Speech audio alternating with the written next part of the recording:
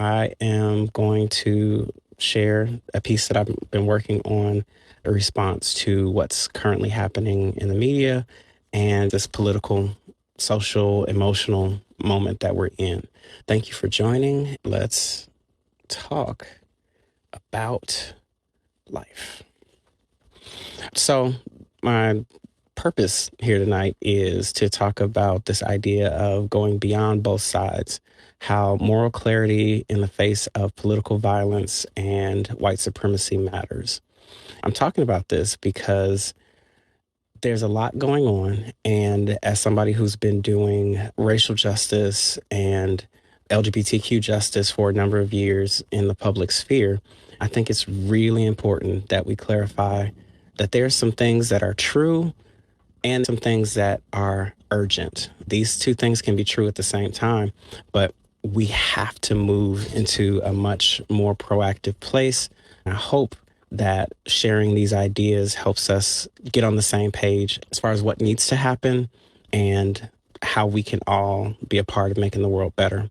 In case you're new here, my name is Darren Calhoun. My pronouns are he, him, and I'm coming to you live from Chicago, where I'm born and raised. And I've been doing, again, racial justice, LGBTQ inclusion in the church for close to 20 years now. One of the things I think is critically important is that we establish some foundational ideas here. Idea number one, I don't celebrate murder. I'm committed to nonviolence and to building a world where we stop choosing death and punishment as our first tools.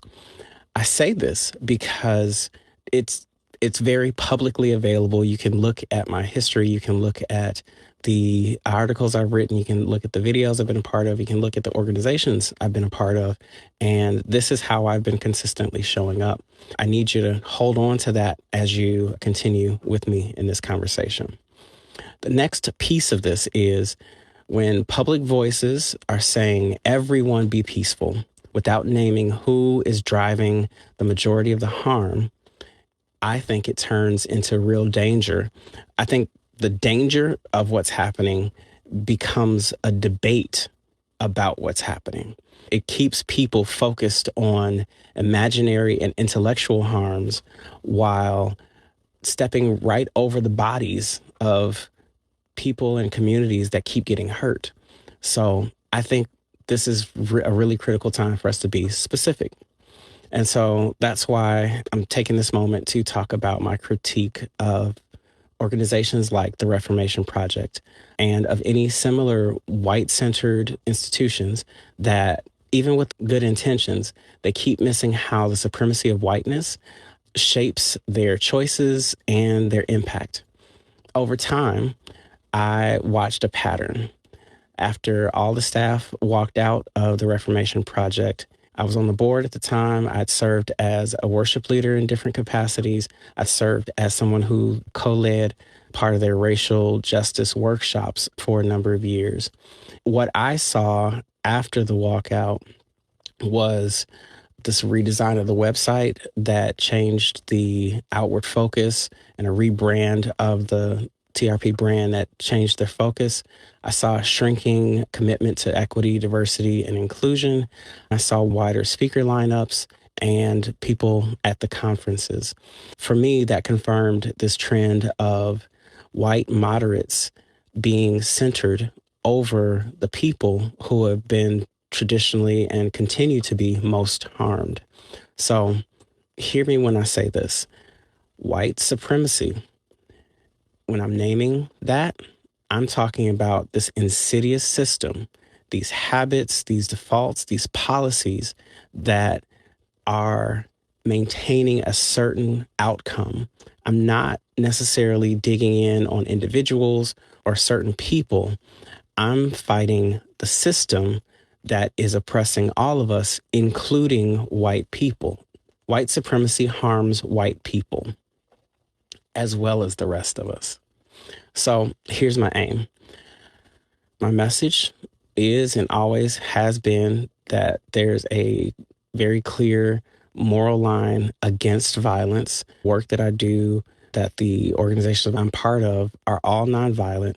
The outcomes of all my efforts have been nonviolent. And the people who follow my work have chosen nonviolent resistance.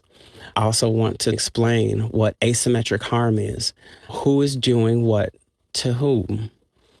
We have to understand that our responses can protect people more if we're mindful of where greater harms are and greater tangible threats are.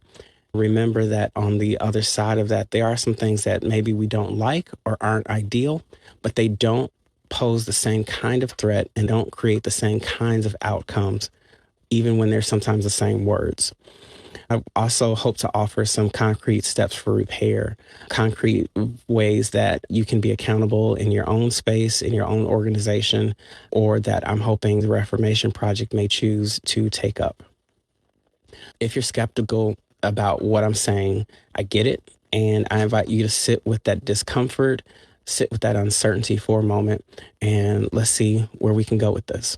If we look at the messaging that we keep choosing is about how both sides need to be good, both sides are causing harm, I think that distracts us from what is a consistent, measurable, documented source of harm. It puts a new burden on the people who are under the most threat already. I think we can do better together, but we have to be willing to make some uncomfortable shifts in how we understand fairness and priorities when it comes to the shared goal of making the world a better place. So why now? Why talk about this? Why talk about the Reformation Project in particular? I think that we're called to speak the truth. I think we're called to speak truth to power. I think we're called to repair and to justice. I think that when we choose abstraction or delay or soften some of the language around the harm that is happening, it makes us ineffective. It leaves people at risk for harm. So I will share some very clear next steps for organizations like the Reformation Project, or maybe organizations like your church or your sphere of influence. At the end of the day, whatever it is that you have a place or ability to impact, I'm hoping that you will choose to use that to make effective change and engage deeply, not just have high-minded and aspirational goals, but as to make this real and tangible and something that the most marginalized can see and know that the work is really being done. So with that being said, are you ready? Let's do it. Let's deal with some of this discomfort, this uncertainty that we're sitting in. Simply declaring violence is wrong is not an adequate response to the violence in our communities. We need a more nuanced understanding and reaction to the shooting death of Charlie Kirk. According to the Global Terrorism Database and FBI statistics, 76% of political violence in the United States stems from right-wing extremism. This isn't a matter of perspective. This is a documented fact. Research by Cynthia Miller Idris reveals a staggering 2,000% increase in targeted political violence plots over the past 25 years. This situation becomes even more alarming when we read quotes from places like the Journal of Democracy, Rachel Kleinfeld. Rachel writes, "Online radicalization has moved extremist ideologies from the fringes into mainstream discourse. White supremacist rhetoric, militia, culture, and conspiracy theories now proliferate through gaming platforms, social media, and blogs. A coded language of memes and ironic humor blurs the distinction between provocative speech and incitement to violence, gradually normalizing extreme ideologies." We're seeing that millions of Americans right now consider political violence acceptable. This is true of both U.S. political parties, but party affiliation consistently predicts who will be more open to political violence, with Republican affiliation being a clear lead since Trump's presidency. Now, I bring this up knowing that we don't have all the facts in about Charlie, we don't have all the facts about the person currently accused of shooting him. Some will say he was a radical leftist. I've tracked that there are incidences of far left violence, and it still matters that there's a particular group of people who are more inclined to taking up violent reaction to political matters, and that if we're going to be effective, we must acknowledge that not all forms of provocative speech pose equal threats in our society. Marginalized groups like Black people, like queer people, making jokes or even celebrating the death of Charlie Kirk doesn't consistently lead to a rise in political attacks the way research studies show it's radicalizing the far right. And while I find the Democratic Party leadership responses and actions are often lacking, more agreeable and less divisive speakers produce less angry and less afraid bases. It's the polar opposite of what the Republican leadership has been doing. And so with this in mind, generic or vague condemnations of violence accomplish little. They become kind of a straw man of, well, you didn't say that you condemn all forms of violence. Even though it is very apparent in my words, actions, and comments, even though all of this is apparent, so many people tend to engage as if it's just uncertain or unclear what my history and impact is. Feel free to add comments or thoughts in the chat. I'm just going to keep going, and hopefully this becomes something you can share later. With the generic condemnations of violence, I think we missed the opportunity for moral clarity. And I think moral clarity needs specific action and targeted solutions. While ethical principles may be universal, risks are specific. Ignoring this reality or minimizing it allows the most serious threats to flourish. We have to understand the true risk. If I'm out and a car has pinned my foot under its tire, I don't think that's the time for us to philosophize about the driver's intentions. Instead, I think it's when we need to take immediate action to free my foot and to address the injury, and then to make sure that the person isn't in a place to continue to cause harm if we're able to do that. Violence works in a similar way. While intent does matter, impact demands our primary attention. Sometimes when you see a reckless driver, the only thing that you can do is get as far away as possible to avoid being harmed. The data on these kinds of risks that exist is really clear. White nationalism is a primary driver of political violence, with research demonstrating a strong correlation between white nationalist beliefs and support for violence, particularly against progressive causes. If we consider Charlie Kirk again, while never explicitly, Kirk didn't embrace the term Christian nationalist. He didn't embrace the term white nationalist.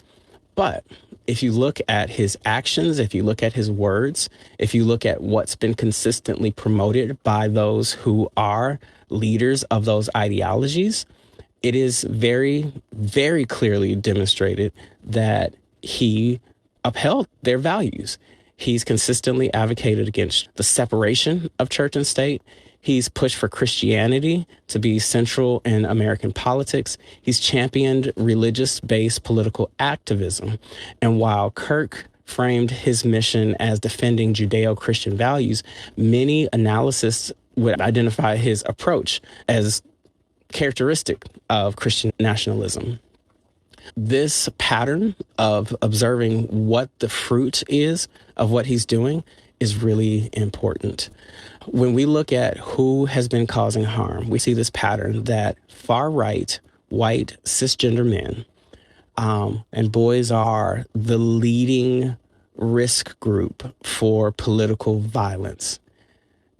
It continues even if you look at Democratic groups, but white, cisgender men are consistently showing up as the group that are perpetrating gun violence in mass shootings. It's over and over again the group that becomes radicalized in this country and that harms others is white men. But we keep pushing the conversation into this all sides and what about everybody else. And so, like, when we look at what Kirk did and how he rallied audiences around anti-trans ideas, he was in the middle of doing that when he was shot. He was setting up an often repeated talking point about trans-identified mass shooters. And the audience cheered in that video.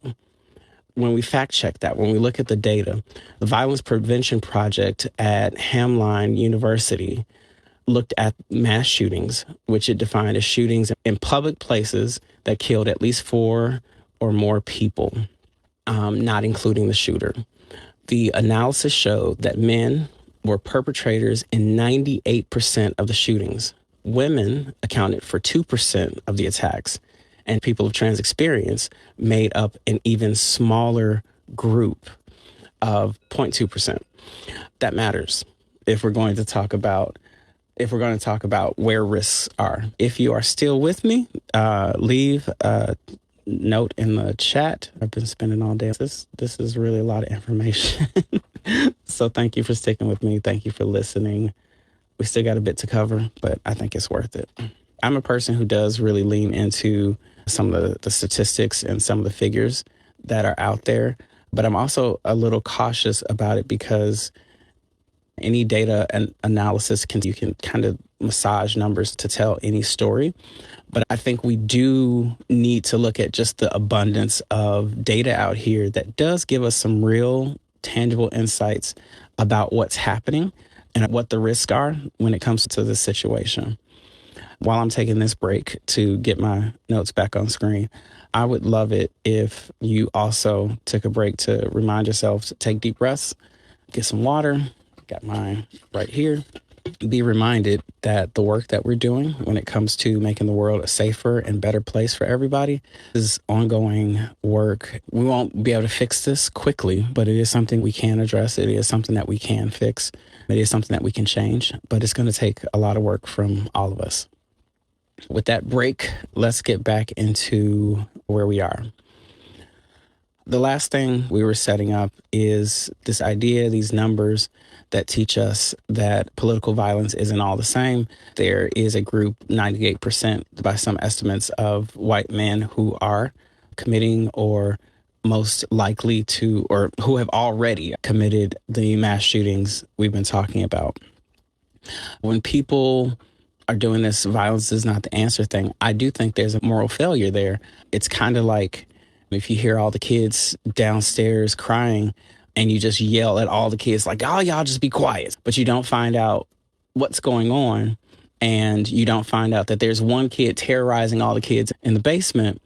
Then yelling at the other 9 kids doesn't make sense when it's one kid who needs to be addressed. You need to find out what's going on with them. What do they need? And then you can deal with the fact that all these kids are crying or all these things are happening. But if you just ignore it and yell at everybody, then 90% of your effort is being wasted when there's one group, one person that needs the attention.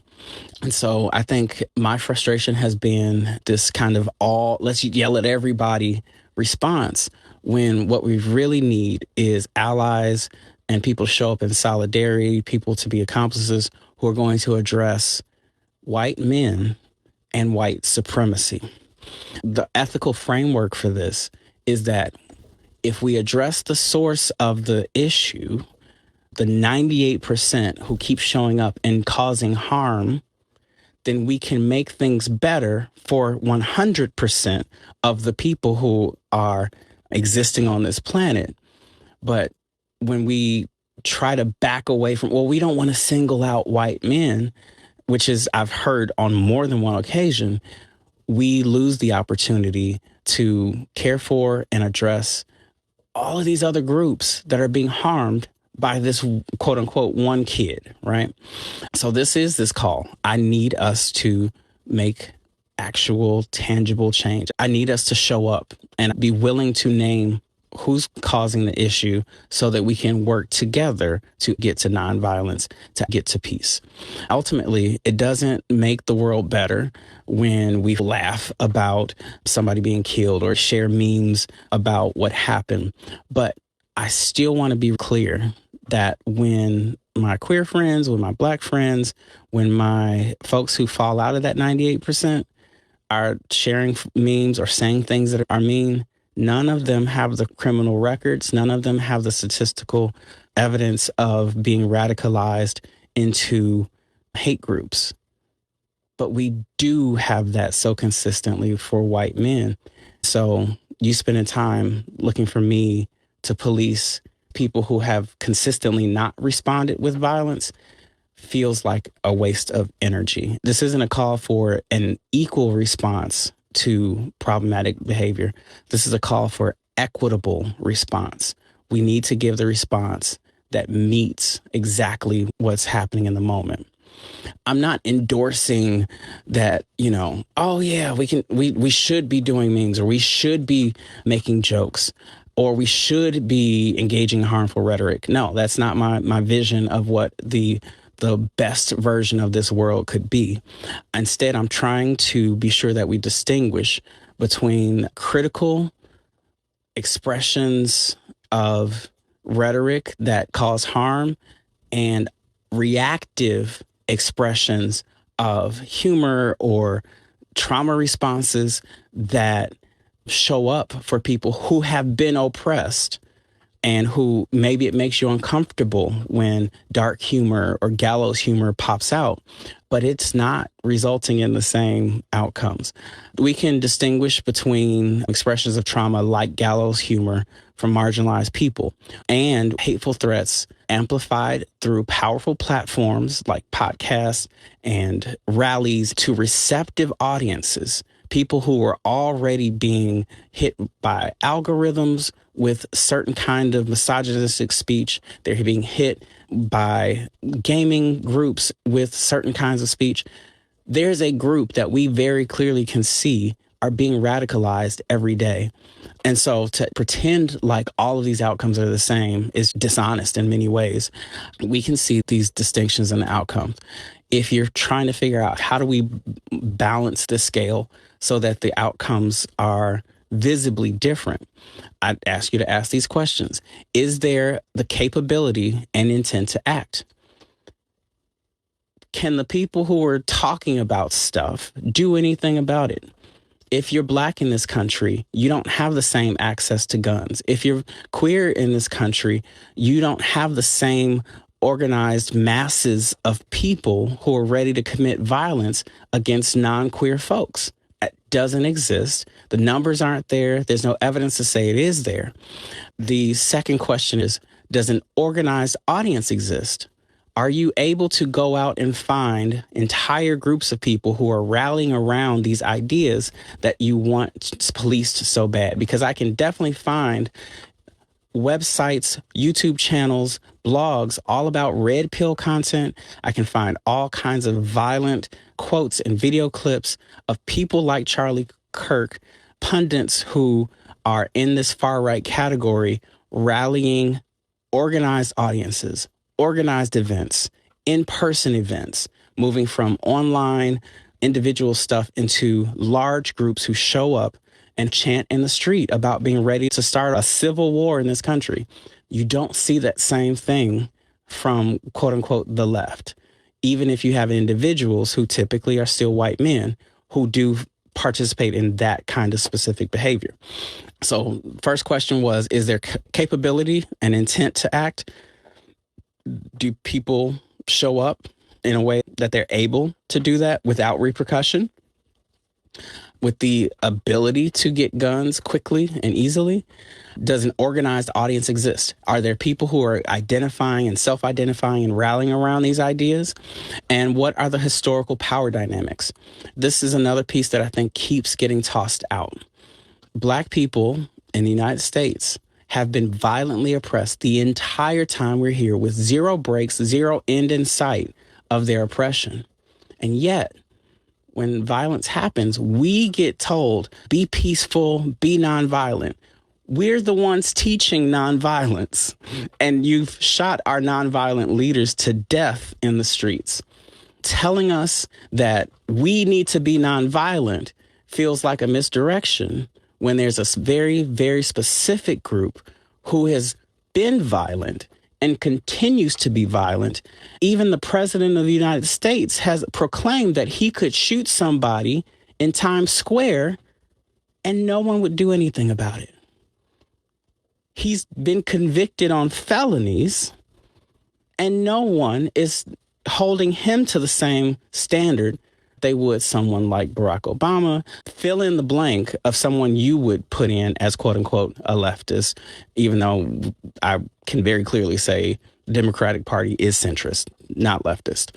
And so instead of us doing all of this like hemming and hawing about both sides, I think we really got to look at where the actual weighted risks are. White men in the U.S. have the ability to target and terrorize the lives of any group they choose. No other demographic in the U.S. can be demonstrated as having the power to do so to white men as a group without the participation of other white men. The power isn't equal, even when the words are sometimes the same. It's essential that we understand power when we look at what oppression, what systems of oppression, what discrimination looks like.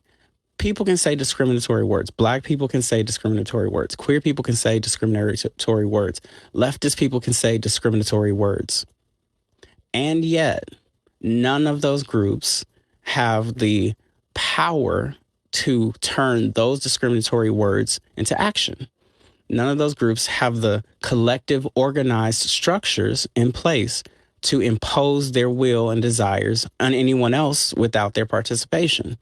I'm not by any means saying that Democrats are somehow way more caring about these issues than Republicans, because both parties consistently respond to the wealthy and the desires of the wealthy far more than they do to anyone else in their constituency. The distinguishing factor becomes one group is actively lobbying to take away my civil rights, like gutting the Voting Rights Act, creating the 13th Amendment that moved us from enslavement as law of the land to the industrial prison complex as the law of the land, where private corporations are to this day still profiting from forced labor through the prison system. Not everybody can set that up, so let's not act like everybody can do that. When I call people to action to address white male individuals or as a group, a similar resistance and shift to framing is given in response. I keep saying, hey, can we just talk about this one particular group? Can we name the white supremacy that's happening? Can we name the impact that's happening from this one group? And it becomes this very all lives matter type of response. And it, again, does not address the source of the issue and creates endless debates and conversations that never result in safety increasing, because you're accusing Democrats or leftist people of being just as bad as the folks who are actually shooting people to death.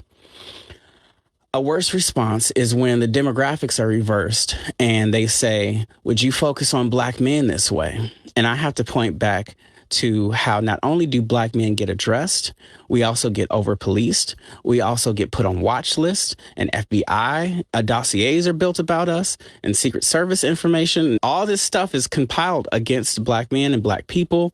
We're held to a much higher standard than our white counterparts. This can be seen in prison sentencing for equal crimes and police stops.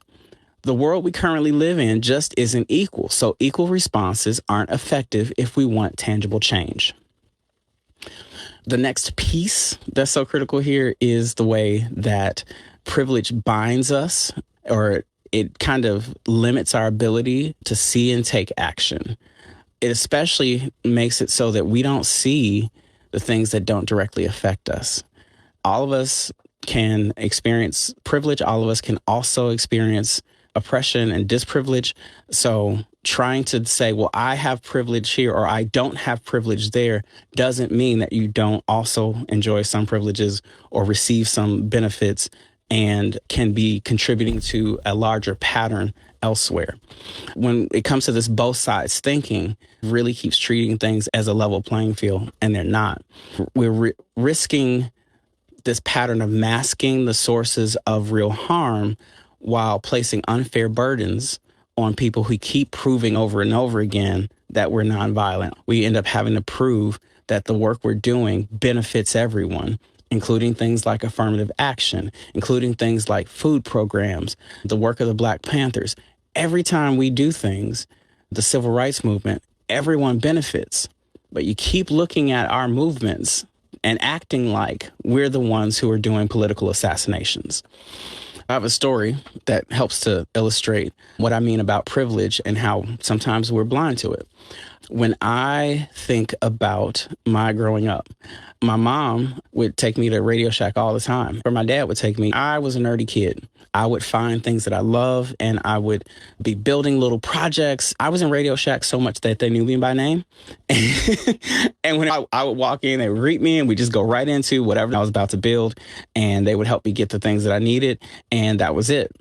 And this is as young as 10 years old. As I continued with this rapport, on occasion, I would ask my mom to go to Radio Shack and get something for me. What I was surprised to find was that when she would go to Radio Shack and I would tell her what to say, what I need, and expect that to just be something that was handed to her, she could buy it and walk out. When she would go to Radio Shack, they would ask her, well, why do you need that? And they would try to redirect her to get something else instead, or they question if she's getting the right thing. And it was like, they've never done that to me.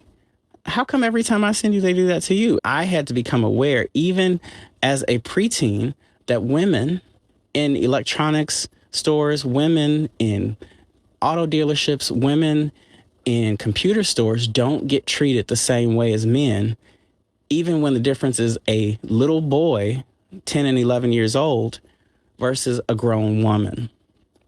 I was blind to the privilege I enjoyed as being someone male or assigned male at birth. Meanwhile, my mother, who was a whole adult, would get questioned by men and sometimes women. She would get questioned about the choices that she was making, even if I was telling her exactly what to say. Consider this experience. When identical requests yielded different responses based solely on who was asking, this illustrates how power, perception, all these things are not equal. And as a boy, I didn't know all the ways that women are heard and treated and responded to differently. And I wasn't going to learn that until I listened to women talk about their stories over and over again. So how do we move to a different place? How do we fix it? First, I want to invite us to remember that it is a principle that comes from white Western values of we have to hurry up and fix it. Let me just know what the next step is so we can fix it and it can be done. And that's a great way to be busy, but it's not always a great way to actually address the problems. Whenever we see a problem, we get that discomfort in our bodies and feel like, oh, this is wrong. Let's do something about it. I want you to pause and take a little more time to learn about what's going on, why it's happening, who it's affecting, so that the solution or the next step you take can be something that really makes sense and isn't just a gut reaction to your discomfort where you're trying to hurry up and fix it. I'm not uncomfortable, but instead, let's fix it in a way that we'll all be better off for it. I have been a strong advocate for a model called restorative justice. This is in deep contrast to punitive justice. Punitive justice is punishment and it's taking away resources and it's cutting people off as a result of what harm that they've caused. But a restorative justice model goes way beyond that. It looks at who was harmed first, who caused the harm, and what is the context in which the harm happened. Then it asks, what do these three groups need for restoration? It asks, who bears responsibility for meeting those needs? Who should make sure that those who were harmed are able to be restored in whatever ways that are possible? We can't always fix every single thing, but how do we do what we can to meet those needs? And then finally, it reminds us to look at everyone involved as critical to this process. No one can be disposed of or thrown away. Each of the three groups I talked about are willing to work together to collaborate on restoration.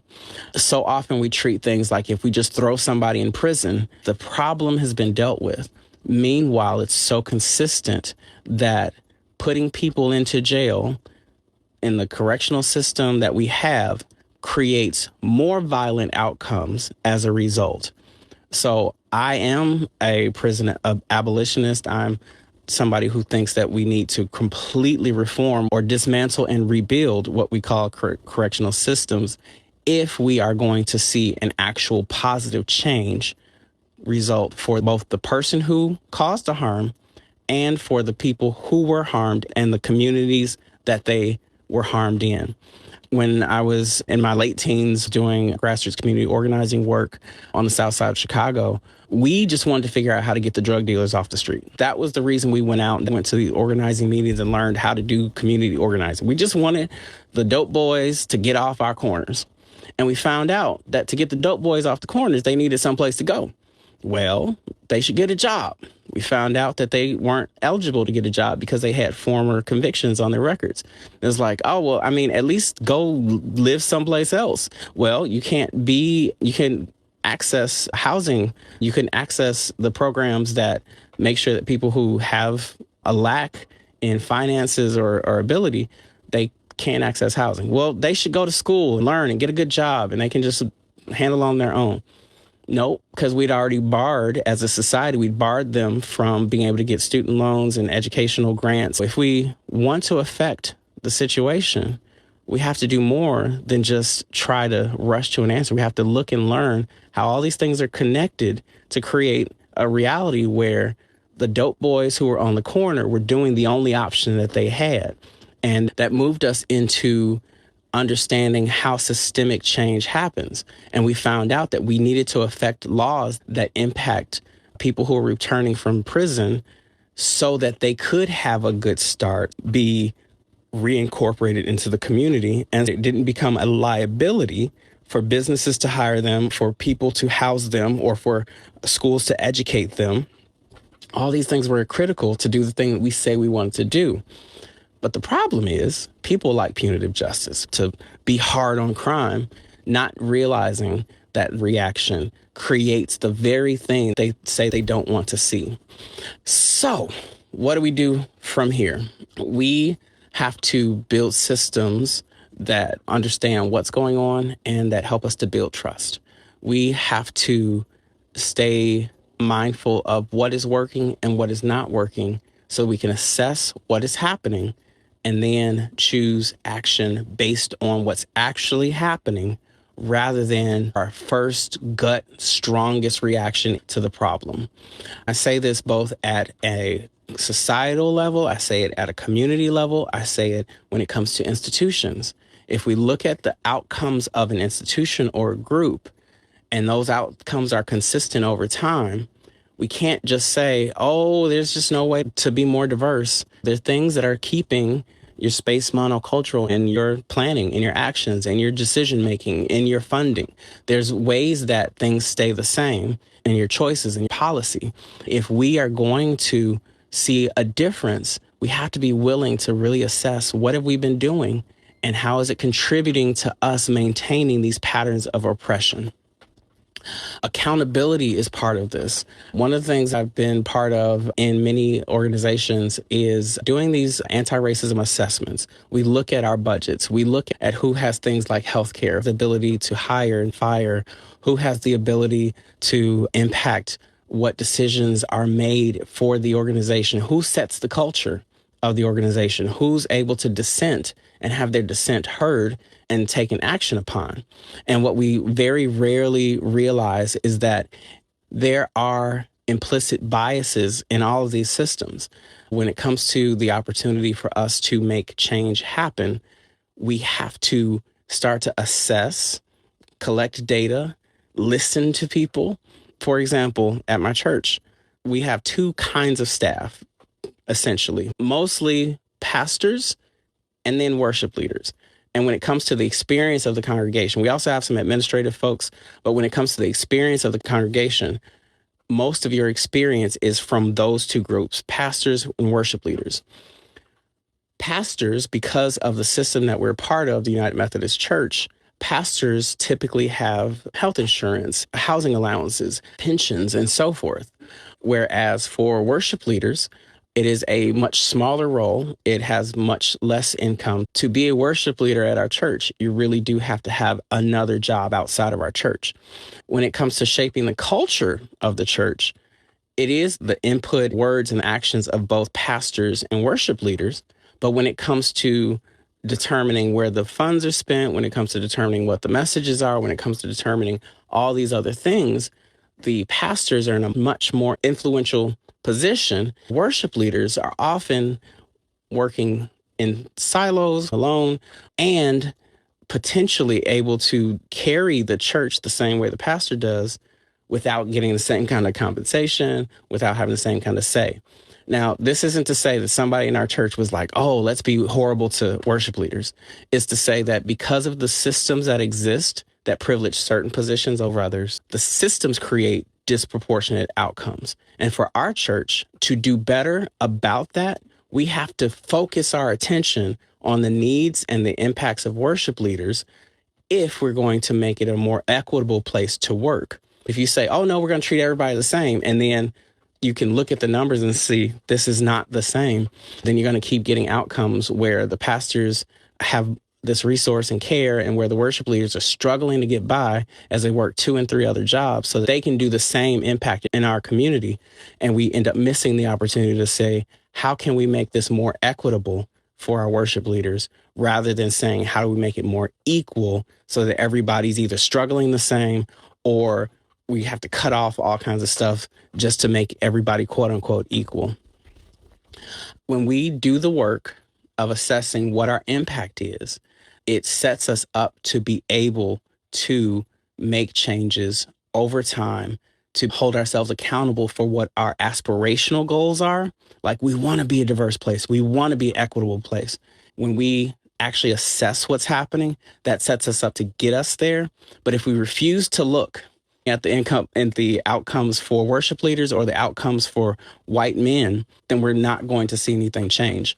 When I look at my involvement with the Reformation Project, I look at that with this very intense, very personal kind of care, because my public ministry, when it comes to racial justice, really got a lot of its foundation and first opportunities through the Reformation Project. The relationships I made there, the people that taught me there, are to this day some of the most profound influences on my ability to speak truth to power and organize people around nonviolent justice movements. So I don't speak lightly when I say there are some harsh critiques that really need to be said. If you Google, you're going to find me on that stage. And I really want to help us all look critically at what has happened, what is happening, because in a moment like this, I don't feel the same care and support that I once did when I was in that space. In 2015, I began my journey in the public ministry focused on racial justice in the workshop institutes that were created at the Reformation Project conferences. The intersection of LGBTQ advocacy and radical justice in faith spaces continues to be the center of my work. So LGBTQ inclusion, racial justice, justice for all, however you want to define that, this is where I live, particularly in faith space. But a few years ago, I disengaged from the Reformation Project. I had conversations with the board, I had conversations with the founder, and I named what I was observing. It was like this place that I came to that at one point seemed so for me. Had people of color throughout the staff, as the majority, had women as the majority of the voices, had people of color leading, visible, influencing, and shaping culture. And we were equipping people for change through these racial justice institutes that paired the conversation about LGBTQ inclusion with the realities of racial implications in that larger conversation. I was like, this is for me, a Black queer man, and this is a place that's willing to pay me, to give me platform, to develop me as somebody who's passionate about these things. While I don't think it was intentional that the Reformation Project moved away from those ideals, I can't ignore the impact that it had. Since my departure, TRP's trajectory, especially around race, has increasingly aligned with white supremacist societal structures. Their abstract statements that they've put out and disconnected actions leave marginalized voices like mine feeling unimportant. Real change requires concrete engagement, accountability, and repair. I'm not here to interrogate the intentions of individuals. This isn't about any one person, affiliated, founder, board of the Reformation Project. This is about this bigger systemic thing that happens, and it happens in our churches, it happens in our institutions like schools and universities. It happens over and over again. Really good, well-intentioned people make changes and choices that shift more toward the patterns of white supremacy without any of them being somebody who call themselves racist or anyone who call themselves white supremacist. That's a red herring in so many ways. We don't need to hunt out all the people who are self-identified racists. We need to hunt out all the systems that white supremacy and racism have created that keep affecting our lives, even in places that intend to do better. I'm hoping for a true reconciliation of what the aspirations were at one point with what the outcome has been to date. When I saw the founder of the Reformation Project share a Facebook post that he wrote in response to the Charlie Kirk killing, he wrote a post that in a most generous way, I could say, is uninformed by the experiences and perspectives of marginalized people. It was a very both sides, no one should be doing these kinds of things post. I said it directly to him. I was like, this is a horrible take. This does not address the actual harms that are happening.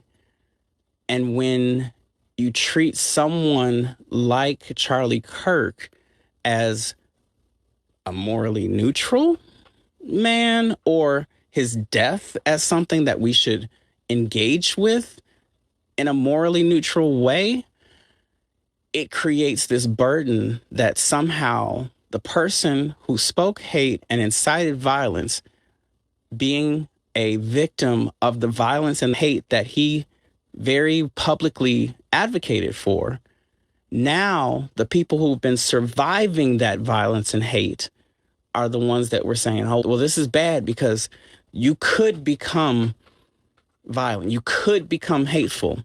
And again, I'm like, if you look at this history of Black people in America, we in large part don't do it. We still get bombed, shot, targeted, arrested. We still get over-policed.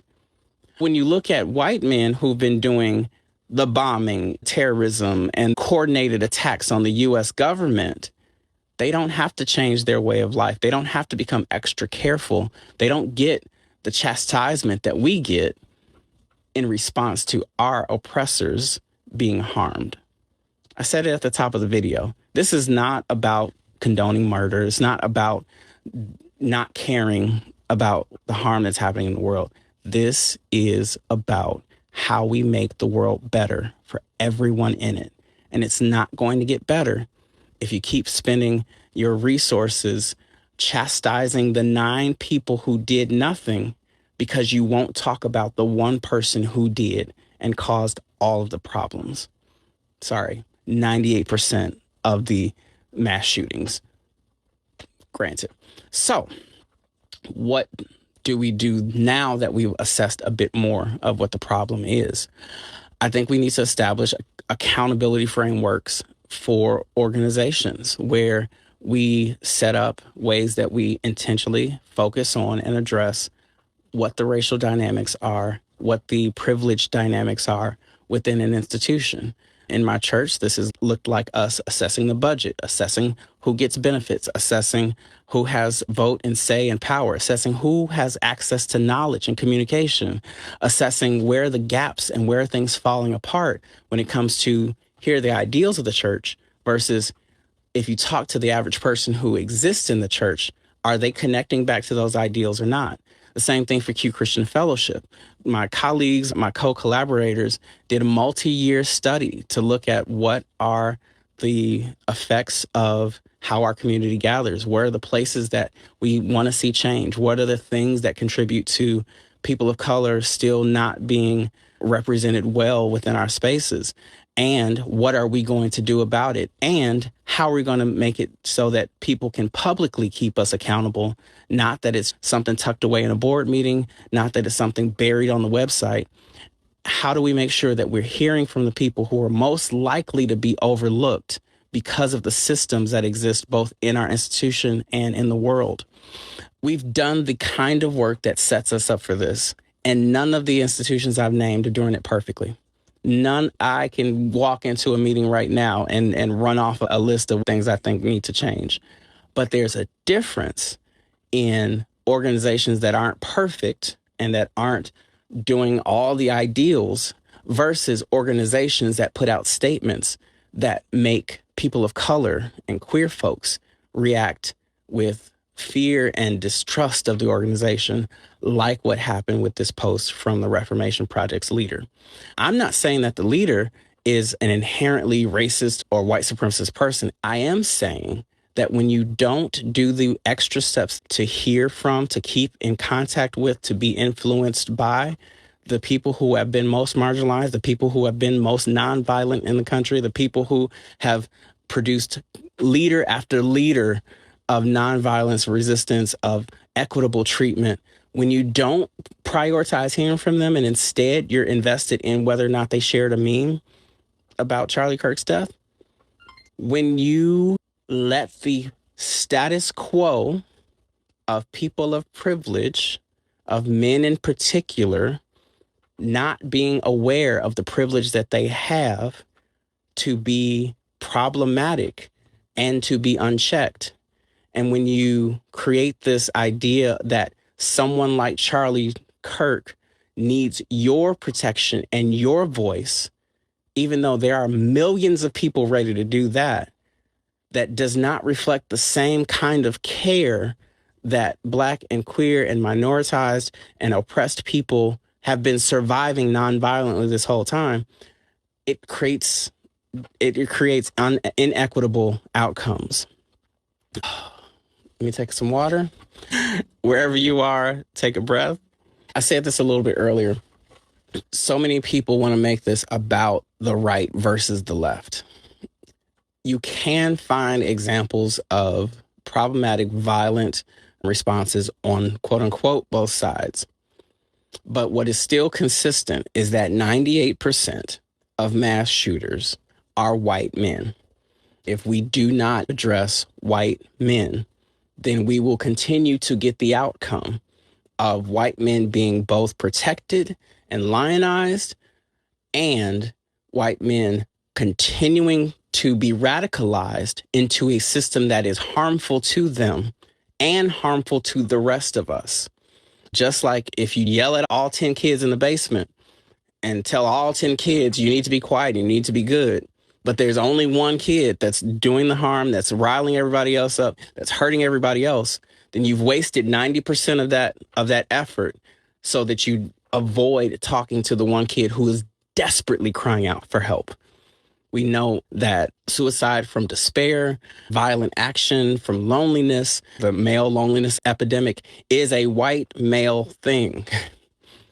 And a culture has told white men that they have to be something unattainable, that they're things that are deserved or that they're entitled to, that the rich are not about to be handing out to them, and they feel like society has failed them. This is the kind of humanizing we should be doing when it comes to white men.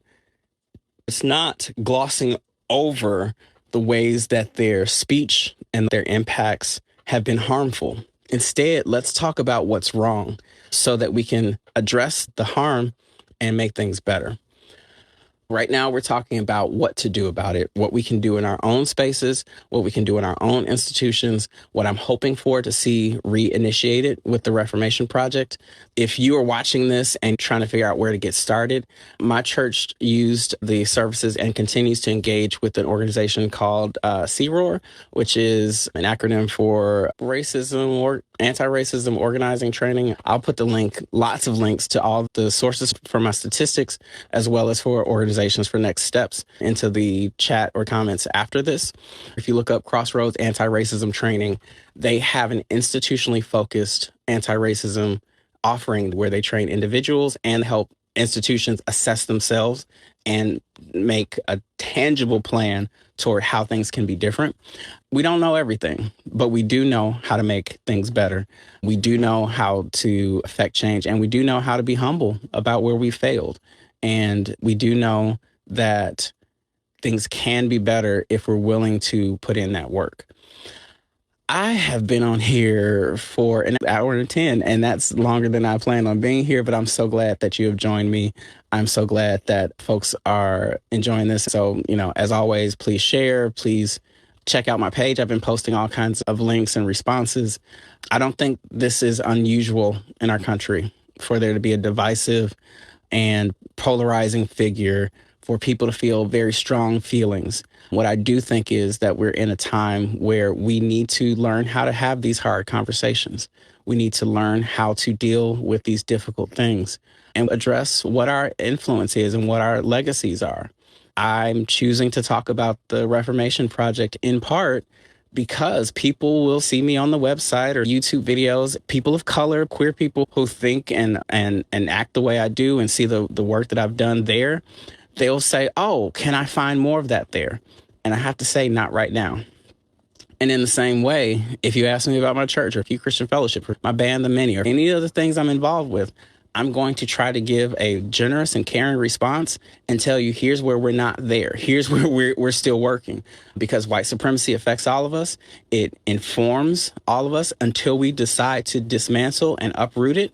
And while I've seen lots of people who are willing to do that once they have a point of disprivilege, whether that's being queer, whether that's being poor, whether that's being a woman or assigned female at birth, whether that's being trans, whether that's whether it's being Black, Indigenous, there are a whole group of people who have gotten really in touch with what's wrong and how they don't have the same Radio Shack experience. Like I said earlier today, when I, as a man, would walk in a Radio Shack, I'd get perfect customer service. When my mother, as an adult woman, would walk into Radio Shack, she didn't get the same. And unless I listen to the stories of women and believe them, then I'm never going to see the difference. It wasn't until two of my friends were talking about their experiences as women. They're Black women. They're multi-degree college educated. They are in leadership positions, and they were talking about how often people who were below them in the company hierarchy would question their credentials, their leadership, their authority to even be in the position. I was floored because as a person who did not finish college, who has spoken at universities in institutional settings, no one ever asked me about my degree. No one ever questions if I, as a man, should be qualified to speak in the places that I speak. And yet, these women with multiple deeply technical skills and accredited abilities who get questioned all the time, and that me into my adult years had not noticed that the experience that they could recount countless stories of being questioned and fact-checked is not my experience. Now, I'm not saying I have no places where I experienced that, but when it comes to these gender differences, it's a strong opportunity for us to see that there are differences we may be unaware of, in the same way that whiteness and the supremacy of whiteness will keep many people who are white unaware of just how complex and insidious this problem really is. And so if we get defensive, if our first reaction is to push it off and to protect the idea of our innocence, we're going to miss it. I wasn't guilty because I don't get questioned about my credentials. I was privileged. In the same way, people who are white, if you feel like I'm talking about stuff you don't understand or are not familiar with, there are so many resources and books that help to illustrate this picture and to demonstrate with data how this is done. But if your assumption is that your equal application of moral values is going to make a difference, then the data shows that is incorrect. And if you would like to make an actual difference, you are going to have to learn from people who are at the margins rather than the people who are in the center of privilege who taught you what equality and certain values are. I would love for individuals to take this on for themselves. We can practice evidence-based solidarity by naming and addressing specific issues. We can examine our own blind spots. We can examine where we show up when it comes to centered groups versus marginalized groups in our decision making, the assumptions we make, in the ways we choose who's our news source, in the ways that we're influenced. One of the interesting statistics that continues to be true is that people of color tend to have lots of different people and experiences in their social media networks, but white people tend to only have one or two or a very small number of people of color in their own social media networks. A lot of times when we're showing up to a conversation, we're not showing up with the same information. I'm showing up having lived experience being in white spaces, predominantly white spaces, Black spaces, Latino spaces, knowing how to navigate and engage, whereas many white people have never been in a position where they need to know how to navigate in someone else's space or in a space that's not already centered on their experiences. That's why I talk about we have to self-assess. Where are we going to be? Where are we going to learn from? And if we think that, oh, well, I'm just going to be colorblind in my choices, I'm going to be colorblind in my decisions, then the outcome of that choice will be the continuation of the supremacy of whiteness in your influences, in your spaces, in the outcomes of the things that you're a part of. And then finally, I'd say we have to get deeply acquainted with what restoration is. I've said it for quite a long time. I want to build a world that is better for everyone and that even the worst among us should be cared for in that world. That is not an easy pill to swallow. It is not an easy idea to wrap our heads around. But for me, as a trauma survivor, as somebody who's been a part of a cult, as somebody who's been sexually assaulted, as somebody who has been the recipient of systemic racism and discrimination, as somebody who is queer, as somebody who is Black, as somebody who has been harmed, I still think that even those who have harmed me need restoration. And the world that I build should be able to restore them. I can't say that the same has been said by the people who set up the policies and set up the rules that took away my freedom, that limited my participation, that entrapped me and enslaved me in systems. I can't say that they've said the same about me. So again, when you come knocking at my door to talk about that you're uncomfortable with what I say, I'm inviting you to sit with me as long as it takes until you realize that nothing about what I'm doing is going to do anything ultimately other than make the world better for both you and me. If that's something that you're interested in, then let's do it. I want you to be a fruit inspector. I want you to do more than imagine a future. And instead, look at the trajectories, look at the data, look at what you can access about what I've done, then go look at what you can access about Charlie Kirk and figure out who's the one who's creating violence.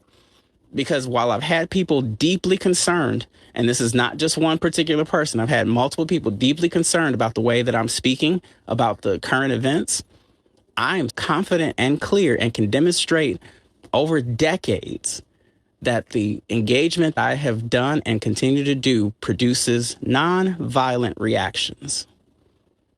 If we want to see an end to the violence and the things you become afraid of, We have to get comfortable with the discomfort of uprooting white supremacy, which is the foundation of the justice work and the equity work that I do.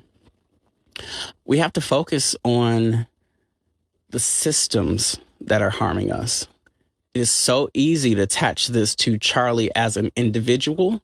It's so easy to attach this to Darren as an individual. But all of us exist in these systems. All of us exist in this galaxy. All of us exist in something that is interconnected in ways that science can't even fully figure out. And I think in the same way that our social systems, that our power structures, that all of these things are interconnected, that work together, that influence each other. And so dunking on an individual is not the thing that I am trying to do, that I'm advocating for. Individuals like Donald Trump, individuals like Charlie Kirk, who put other individuals on watch lists, who did actions that led to them being doxxed, that led to them being harassed, that led to them being injured. Those people focused on individuals to uphold their ideals that come from white supremacy. I think we can be different by focusing on the systems that create these outcomes. Yes, there are individuals who will be critiqued, like I have to do my work, you have to do your work. There is so much happening that it's easy to jump to the individual and feel like, oh, if Donald Trump suddenly passed away, all of our cares and worries are going to be done. And it's not true. The system will produce another Donald Trump. The system will produce another Charlie Kirk. If we want the system to stop, we have to shut that down. In shutting it down, we need to restore the parties who are involved in the systems.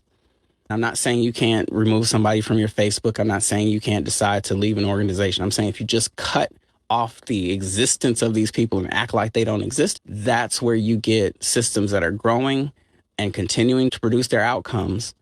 And all of a sudden you're like, how come I can't see change happen? But if we want to have a safer future, if we want to have a reality and data that shows that people are better off, that are cared for, that gun violence ends, if we want a future where we see that freedom really does ring through our country, if we want a future that sees all the ideals of Dr. Martin Luther King realized, that we have to deal with the system that killed him. We have to deal with the system that keeps people locked up, that authorizes entire racial groups to be targeted by ICE. We have to deal with the system that rallies people around anti-trans sentiment and suggests that trans people are a threat in bathrooms and a threat for gun violence, when white men keep being the ones who are the actual demonstrated consistent threat. We have to see these systems. We have to see these patterns and remember that the systems harm all of us. We have to care for ourselves, care for each other. If we build a system that can care for everyone, even the people we don't like, then we'll have a system that we all can thrive in. But if we build a system that relies on disposing of people, killing people, war, guns, and violence, then we're not going to get anywhere except closer to death. But I believe that we have everything we need. We live in an abundant world. We live in a place where there are tangible demonstrations of the power of love. There is a strong history that nonviolent organized movements are more effective at change than armed violent movements. It is historical fact. I want us to be equipped with what we need to survive the world that we're in. We have to love each other. We have to take rest. We have to care for each other. It's a lot of work. And it's not all going to get done quickly, and it's not going to be done easily, but I think it can be done. I appreciate everybody who's showing up to remind me that the things that I'm saying and doing, that it matters. I appreciate those who've gone to your first protest because of something I shared. I appreciate those who challenged an institution or a decision because of something I've shared. I appreciate those who have changed their financial commitments because of the kind of work I've been a part of. I appreciate it and I see it and I love it. I appreciate those who check on me. I'm not perfect. I don't have it all together. And I don't pretend that I do, but I do know I need you. I know we need each other. At the end of the day, we can make a difference. I don't expect everyone to be doing Facebook Lives for an hour and a half. I don't expect everyone to be teaching a racism workshop. I don't expect everyone to show up to the next protest. I do, however, expect everyone to find what is your role in making the world a better place for everyone in it. I think there's something that you are uniquely and specifically gifted to do that only you can do, only you can contribute. If we want to see a world that's better for everyone in it, then I need you to step up. If you are a person who is white, I have a very special call for you. Through 20 years of advocacy, through 20 years of Facebook comments, of institutional engagement, it has been confirmed to me over and over again that the majority who will hear me are a subset of people who have come with a question already in their hearts. But the majority of people who I'm seeking to see change will not hear me, not coming out of my mouth. But when people who do come to me take what I say, take what I do, take the kinds of things that I've been promoting and say it to the same people who won't hear me, they love it and make changes themselves. Even though my care and concern includes people who have been socialized and raised as white, I'm clear that I can't reach that group effectively. But there's some people watching this that can. My call and invitation is for you to find how you are going to reach Meemaw, to find how you're going to reach your MAGA uncle, to find how you're going to reach the angsty boys in your family, because all of our lives depend on it. If you are willing to show up in the unique capacity that you have to make the world a better place, then I'm all here for it. There are some people who clicked out of this video an hour ago because I wasn't saying what they needed to hear. But I promise you, you can retranslate what I'm saying and say it to them, and it's going to make a difference. And so I'm hoping that we find how to build a system that makes things better and that we commit to doing it for the rest of our lives. Bayard Rustin is somebody who is a deep, influential figure to me. As a Black man, as a Christian man who is a Quaker, as a queer man, he invested in people and movements that did not equally love him back. The civil rights movement was something that he had huge impact on. He can be one of the people that you could say taught nonviolent resistance to Dr. Martin Luther King. He organized the March on Washington. History, white supremacy, and respectability politics tried to erase him from the story. And yet, he died advocating for rights that he would not fully experience in his lifetime. And so I take that to say, there are things that I'm advocating for that I will not receive the full fruits of. I won't see the full impact of. And I'm still committed. I'm not going to only do things that I can see a quick and immediate response for, but I'm going to do the things that will make the world a better place for everyone in it, even if it's the ones who come after me. So thank you, everybody. I love you. Love each other. Get some rest. I'm going to go lay myself down. And we'll see you out there making the world better. Peace.